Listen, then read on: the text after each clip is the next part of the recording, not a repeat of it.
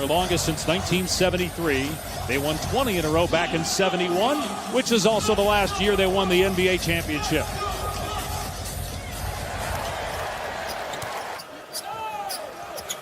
He's guarding Brandon Ingram, who's averaging a career-high 25 points per game this year in his first year with the Pelicans after coming over in the Anthony Davis deal.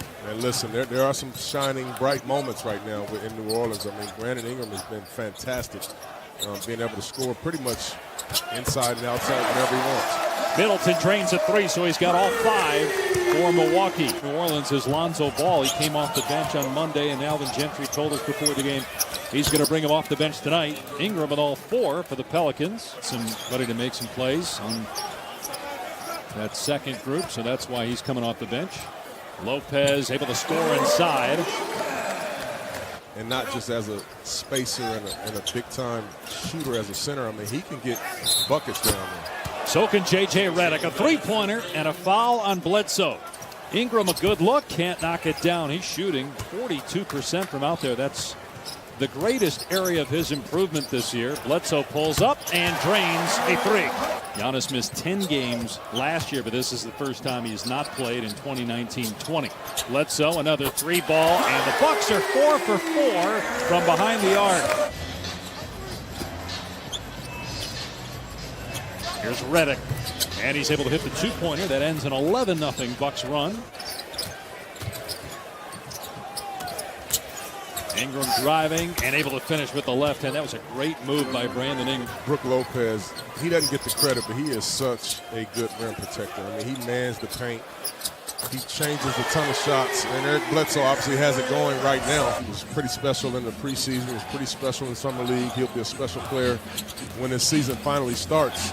But again, you do want to be very careful with him and be patient with him in terms of when he comes back. 29th in points allowed, 26th in field goal defense. And one of the guys that I know they miss is Derek Favors as Robin Lopez scores inside.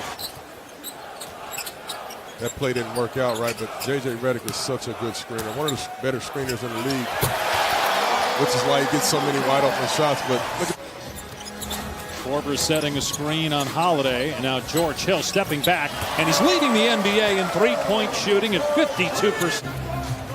1 minute to go. The Pelicans, a drought of 5.5 minutes without a field goal, ended with that Redick bank shot, and then Drew Holiday with a dunk. Have a foul to give here in the final 30 seconds. Holiday blows past DiVincenzo and slams it. Coach Bud runs onto the floor in disgust, calls timeout. Holiday goes between the legs and able to score through contact from Brown. A three-point chance for Drew Holiday. He is 22-3 now. Josh Hart, and finally gets untracked after a rough start. He was 0 for. Good start to the second quarter for the Pelicans. Gotten a couple stops until right now with Kyle Korver. Anytime you got Kyle Korver going to the basket with a finger roll. That's bad defensively, right? That's tough. Kenrich Williams looked like he just let him go. Nice pass by Lonzo Ball to a soaring Jackson Hayes. Especially usually in isolations at the elbows and the mid-post area. Deflections and steals. George Hill poked it away from Ingram. Scores on the other end with the left hand. Hill going to pull up for three and bury it. The 8th three-pointer from Milwaukee here in the first half. Milwaukee's got numbers. No look pass by Bledsoe. Korver unable to hit it. Ilyasova rebounds. Throws it back up as he's falling down, and it drops. On Ilyasova. Not sure if that was a shot or a pass by Lonzo Ball. 14 straight Pelican points. Extra passing by Ilyasova. Matthews drains another triple. And that will continue to get better for Lonzo Ball. Lopez for the answer. Got it. That is 10 threes for Milwaukee in a half. And there's still plenty of time as Okafor misses inside. Just kind of looking at the bottom half of the Western Conference standings. I mean, you've got a 7th-place team with 12 losses as Bledsoe scores. So, the facial expression of Alvin Gentry, been preaching all night for defenders to get into the body of shooters for Milwaukee, but it's just not happening. Especially unforced errors like that last one, although it didn't hurt him. They didn't score. Redick can't hit the three. Okafor gives him a second chance opportunity. Ingram from the corner drills a three. Drew Holiday's the leading scorer for New Orleans with 12. J.J. Redick now has 10. The championship of that year, their last NBA title. Last time they went to the finals was 74. That's obviously the goal this year after coming up a series. Remember, they were 2-2 at the beginning of the year. They've won 19 of their last 20. And now another Bucks three. That's Ilyasova who's getting the start tonight for Antetokounmpo. This is the top scorer in fast break points. And they're efficient too, offensively number 2 in efficiency. Redick from downtown a three. Streaky shooter though. Wesley Matthews again, back-to-back threes for the former Marquette star. 2 in the West behind the Lakers. And obviously, Chauncey, you call a lot of Clipper games. They can guard so many different levels. So many different guys take on tough matchups. That's a big time team, man. And I think a lot of people as Bud and pour into him about just mentally. Physically, he can do everything. You look at him right there, you cannot keep him out of the paint.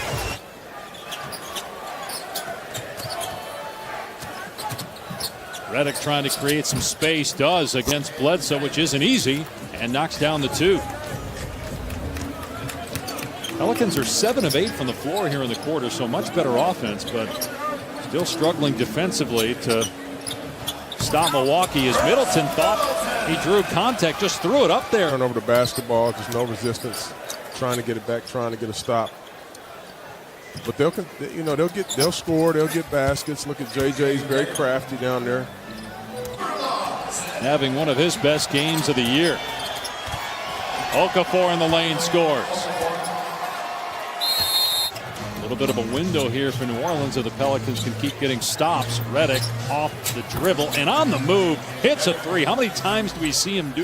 I just remember when he was on the Clippers, and it was like every game they would start the game. They had Chris Paul and Blake Griffin, but every first quarter is Alexander Walker fresh off the bench hits a three. Middleton with 15 points, but did most of that in the first quarter. Can't finish. Robin Lopez does on the second try. He was so irate with a call at the end of the third quarter, but boom, as soon as the lights went on, he was all good, and he handled it great. Over 26th against Miami. Bucks have won 11 in a row, and it's Fiserv for him since.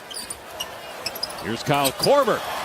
Rainbows that one home from about 10 feet. Defenders, he can shoot the 3 ball. I mean, he's a special talent. George Hill soars and finishes early on. And Luka Doncic averaging almost a triple-double, scoring 30 points per game. Holiday gets the layup on the other end. So unique too, Chauncey. We had a game there a couple weeks ago and asked Rick Carlisle about a comp. Give me a comp for Luka Doncic. He listed off about 10 different guys. Holiday down. 18-point Milwaukee lead midway through the fourth. Ilyasova underneath, and again, just poor defense by the Pelicans in the half. 3-point shooting. Made 38 already, hit 52 all of last year. Guy that's a relentless worker.